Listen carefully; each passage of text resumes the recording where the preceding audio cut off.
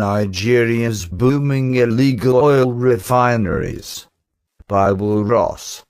BBC News, Niger Delta. Will Ross got a rare look at an illegal oil refinery in Nigeria. Continue reading the main story. Nigeria's deadly delta. Fuel scam. Decision time.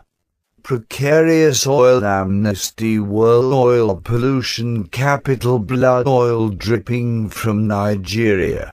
The vegetation ended abruptly and the color of the landscape turned from green to black. I was getting a rare look at the booming trade in refined stolen crude oil in southern Nigeria. Here is our business place. A man, who did not want to give his real name but asked to be called Edward, told me as we walked around a remote, heavily polluted palm tree-fringed creek in a Ghana land in the Niger Delta. We use these to go and collect our natural resources, our crude oil, he said, pointing to a locally carved boat lying on its side. In the middle of the night, to avoid detection, they break into the multinational oil companies' pipelines and help themselves. Continue reading the main story. Start quote. We settle with the army people. If they see money in your hand, they will take that. Edward, illegal oil dealer. Dotted along the creek were dozens of large drums used for boiling up the crude oil. They had pipes protruding from them leading to troughs into which the products are collected, kerosene and petrol for the local market and diesel which is taken away on barges or inland on trucks by traders. Next to each homemade refinery are pits full of bitumen which is sold to road construction companies. Almost 400 people work here and every night we produce around 11,000 liters of diesel, said 32-year-old Edward, adding that his elder brothers had learned all about the business in Vika, near the Cameroonian border with Nigeria. Fatalities. The work is dangerous. They have to be extremely careful to ensure the waste product, gas, does not ignite and cause an inferno. Most people who live in the creeks of the Niger Delta do not benefit from the oil wealth. It is so dangerous, but there is nothing else we can do in order to make a living, said a 25-year-old man who asked me to call him Andy. Many of our brothers have died and are injured. We also get diseases from it and get rashes on the body. I was told the last fatality was in 2011. The military is supposed to be stopping all this and some operations have been disrupted, but the effort is seriously hampered by the desire to get in on the action. We settle with the army people. If they see money in your hand, they will take that, Edward said. If not, they will take products from you. If we have 10 drums, we will give them 2, he said, adding, it's very normal. Nigerian Finance Minister Ngozi Okonjo-Iweala told the London Financial Times recently that the trade in stolen crude had led to a 17% drop in official oil sales in April, equivalent to around 400,000 barrels a day. That is a whopping $1.20 BN. 772 meters lost in a month. This includes oil that was not stolen but stayed underground as a result of shutdowns due to break-ins. Shell puts this figure for the entire Niger Delta at around 150,000 barrels per day.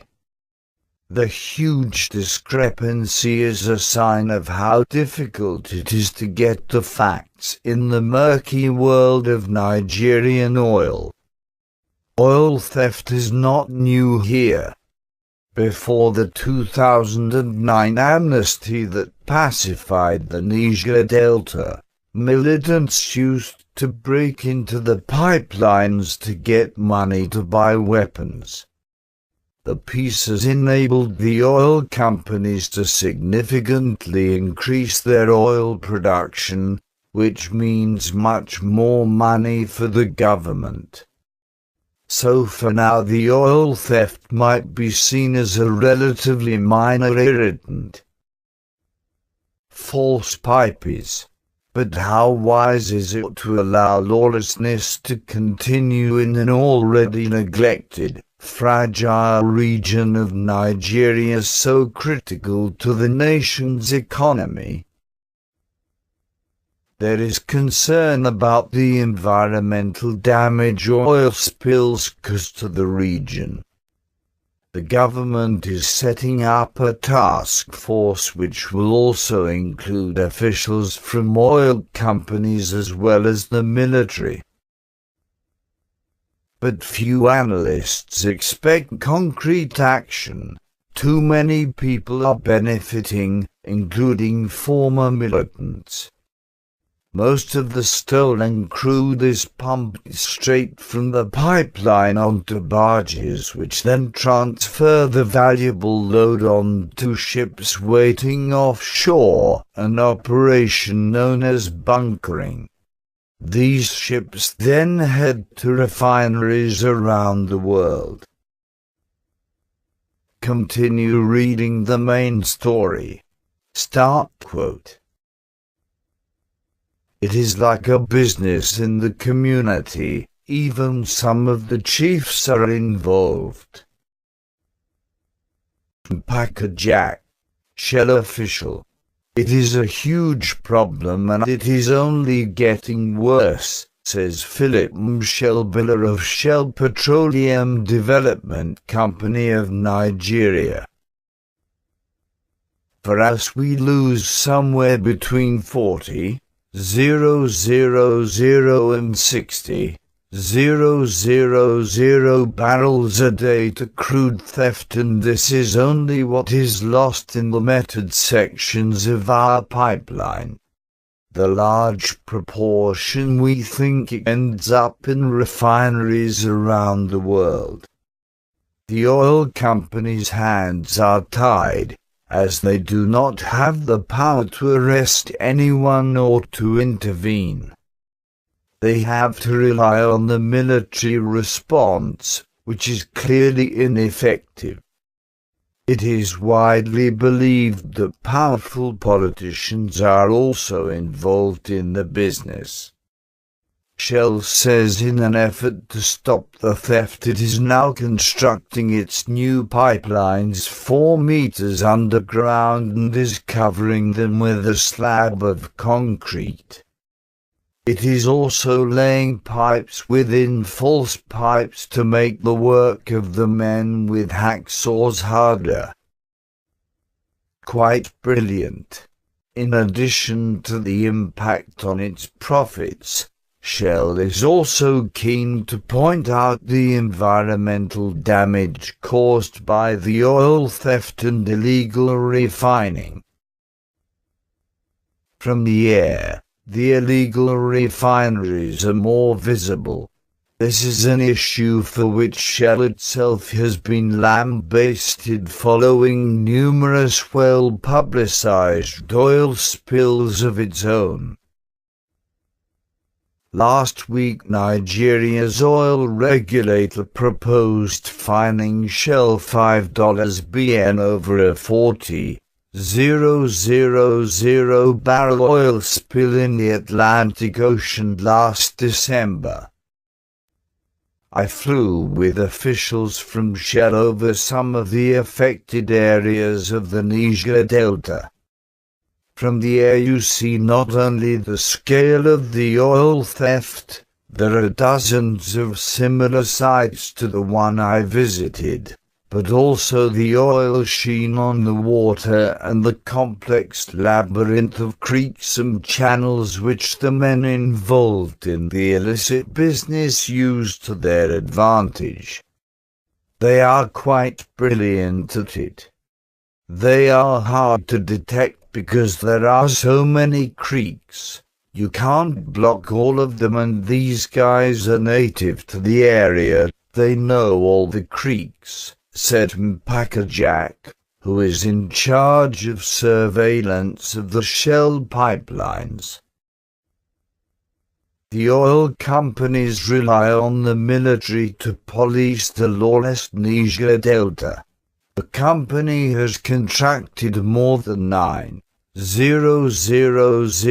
people to keep watch of the pipes, but it admits there is a possibility that some of these workers turn a blind eye for a cut of the illegal business pie.